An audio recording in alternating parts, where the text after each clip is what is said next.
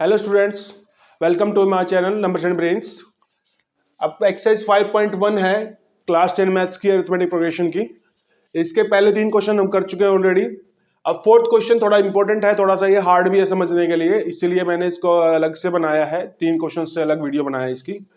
देखिए इसमें first question क्या है, इसमें क्या करना है फोर्थ में सबसे पहले चेक करना है कि ये सीरीज एपी है या नहीं है, और फिर अगर एपी है तो डी निकालना है कॉमन डिफरेंस, और फिर डी निकाल के फिर नेक्स्ट 3 टर्म्स भी निकालनी है। सबसे पहले ये है, अभी से फर्स्ट टर्म क्या है हमारी 2, सेकंड टर्म 4 है, थर्ड टर्म 8 है, और फोर्थ टर्म हमारी 16 है। अब कैसे चेक करते हैं कि एपी है या नहीं है। हम a2 minus a1 equal to a3 minus a2 equal to a4 minus a3, अगर ये आ रहा है इक्वल टू जो d के इक्वल होता है तभी ये AP होगा। देखिए a2 माइनस a1 4 माइनस 2, अब a3 minus a2 8 minus 4, next a4 minus a3 16 minus 8 which is equal to d। तो 4 माइनस 2 कितना होता है 2, 8 माइनस 4 4, 16 माइनस 8 8 और d। अब देखिए 2 4 के इक्वल नहीं है, 4 8 के इक्वल नहीं है, सब d के इक्वल नहीं है। अब डिफरेंस सेम नहीं आया, that means it is not an AP. अब ये एपी नहीं है तो डी कहां से आएगा, डी निकालने की जरूरत नहीं है, और नेक्स्ट 3 टर्म्स भी हम नहीं निकाल सकते, क्योंकि नेक्स्ट 3 टर्म और डी तभी निकालना है जब एपी हो। एपी में क्या होता है, हर एक टर्म में सेम नंबर ऐड होता है। Second term minus first term equal to third term minus second term equal to fourth term minus third term, equal होनी चाहिए तभी एपी होता है। तो ये एपी नहीं है तो हमें कुछ निकालने की जरूरत नहीं है। अब आते हैं इसके सेकंड पार्ट पे। सेकंड पार्ट में क्या है, पहले हमारी फर्स्ट टर्म a1 हो गई 2, सेकंड टर्म a2 हो गई 5/2, थर्ड टर्म a3 हो गई 3, और हमारी फोर्थ टर्म हो गई a4 यानी कि 7/2।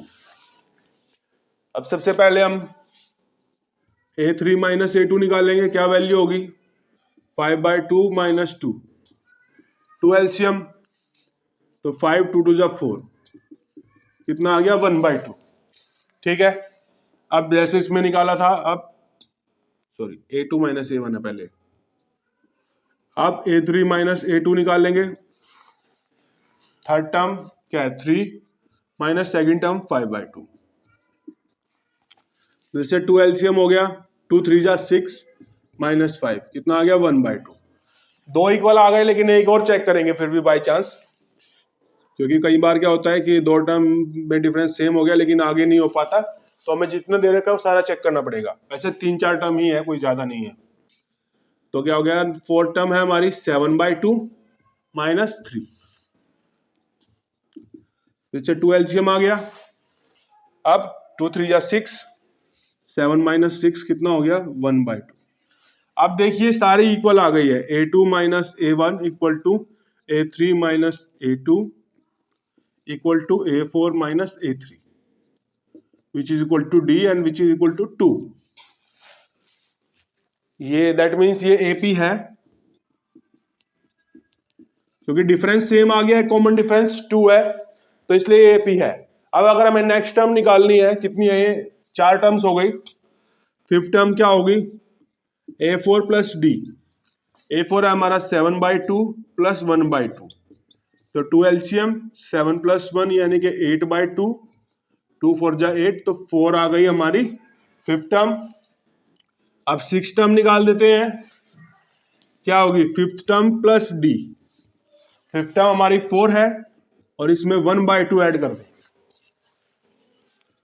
अब क्या हो जाएगा 2 एलसीएम 2 4 जा 8 प्लस 1 यानी कि 9/2, ये हमारी 6 टर्म हो गई। अब एक टर्म और, seventh term a6 plus d, अब इसको करेंगे यानी कि a6 हमारा 9/2 प्लस 1/2। अब लास्ट पार्ट करने से पहले जिसने चैनल को सब्सक्राइब नहीं किया जल्दी से चैनल सब्सक्राइब कर लीजिए, ताकि और भी जो क्वेश्चन है इसके, अभी तो सेकंड पार्ट ही है और भी बहुत सारे करने हैं, इसको हम कर पाए। तो 2 एलसीएम हो जाएगा 10/2 यानी कि 5। ये सेकंड पार्ट इसका यहीं पे खत्म हो गया। AP चेक कर लिया हमने, AP चेक करके D आ गया हमारे पास। फिर D आने के बाद हमने नेक्स्ट 3 टर्म निकाल दी। 4 टर्म पहले से थी, 5th 6th 7th, जो 4 है 9/2 और 5 है। अब हम चलते हैं नेक्स्ट पार्ट पे, जो है इसका थर्ड पार्ट। अब हम आ गए हैं इसी क्वेश्चन के थर्ड और फोर्थ पार्ट करेंगे। अब हम थर्ड पार्ट में क्या है, ये है 4 टर्म्स। तो फर्स्ट 2 पार्ट्स देख के आपको थोड़ा समझ में आ गया होगा। अब हम डायरेक्टली कर लेते हैं। D की वैल्यू क्या होगी, A2 minus A1, A3 minus A2 या फिर A4 माइनस A3। तो डायरेक्ट निकाल लेते हैं। तो क्या है, -3.2 माइनस -1.2, माइनस माइनस क्या हो जाएगा, प्लस, यानी कि माइनस का 3.2 प्लस 1.2 कितना आ गया, माइनस का 2 आ गया। और अब ये भी चेक कर लेते हैं।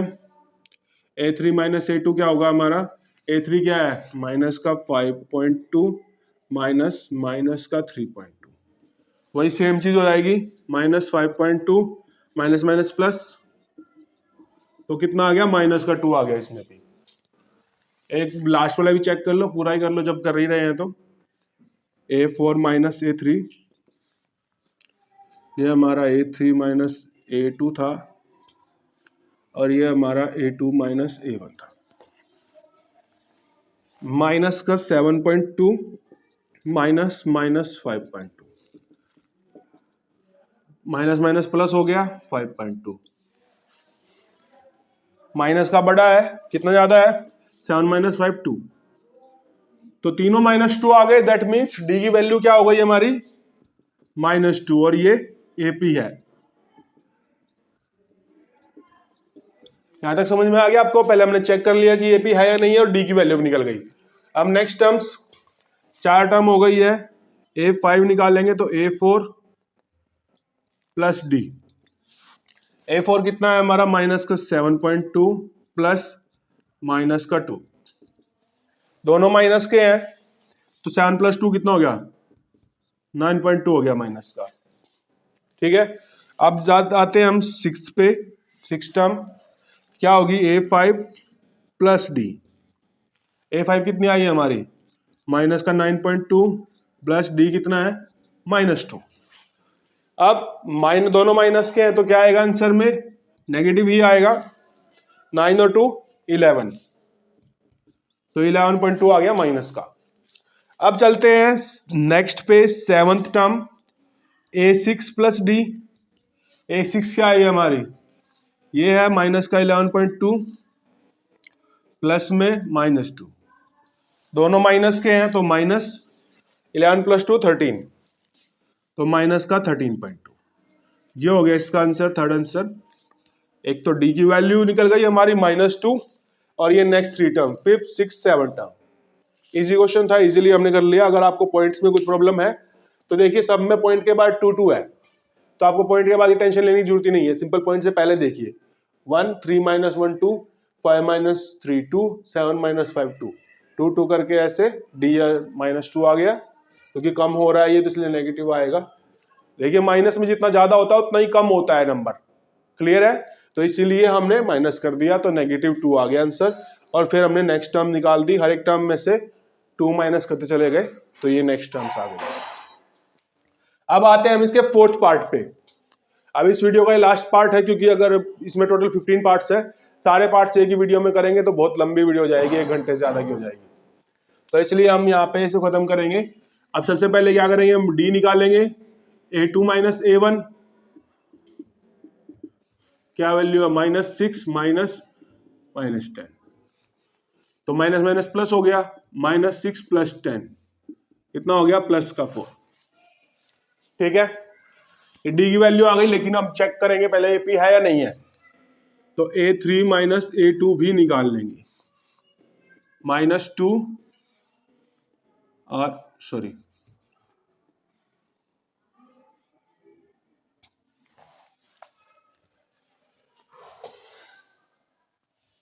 पॉज कर।